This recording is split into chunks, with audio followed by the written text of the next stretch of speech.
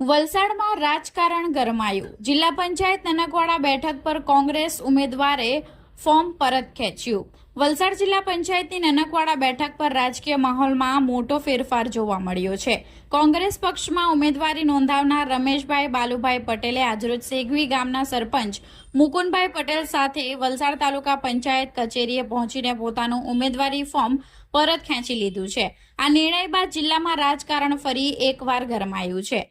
નનકવાડા બેઠક પર ભાજપ અને કોંગ્રેસ એમ બંને મુખ્ય પક્ષોના ઉમેદવારો મેદાનમાં હતા. ભાજપ તરફથી પાર્થ પ્રભાતભાઈ પટેલે ઉમેદવારી નોંધાવી હતી, જ્યારે કોંગ્રેસ તરફથી રમેશભાઈ પટેલે ચૂંટણી લડવા માટે ઉતર્યા હતા. જો કે અચાનક આજે રમેશ પટેલે પોતાની ઉમેદવારી પાછી ખેંચતા સમગ્ર રાજકીય સમીકરણ બદલાઈ ગયું છે. રાજકીય વિશ્લેષકો માની રહ્યા છે કે આ ઘટનાથી સ્થાનિક રાજકારણમાં નવી ચર્ચાઓને વેગ મળ્યો છે. કોંગ્રેસના નિર્ણયને લઈ અનેક પ્રશ્નો ઉઠી રહ્યા છે. હાલમાં ભાજપ ઉમેદવાર પાર્થ પ્રભાતભાઈ પટેલ માટે જીતનો માર્ગ સરળ બન્યો હોવાનું માનવામાં આવી રહ્યું છે.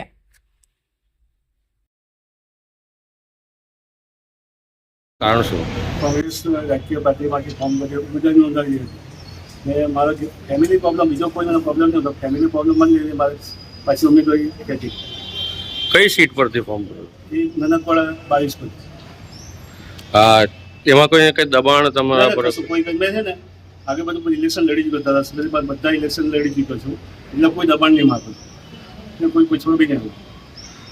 તો આવું ફેમિલી પ્રોબ્લેમ લીધે જ ફોર્મ ખેંચ્યું.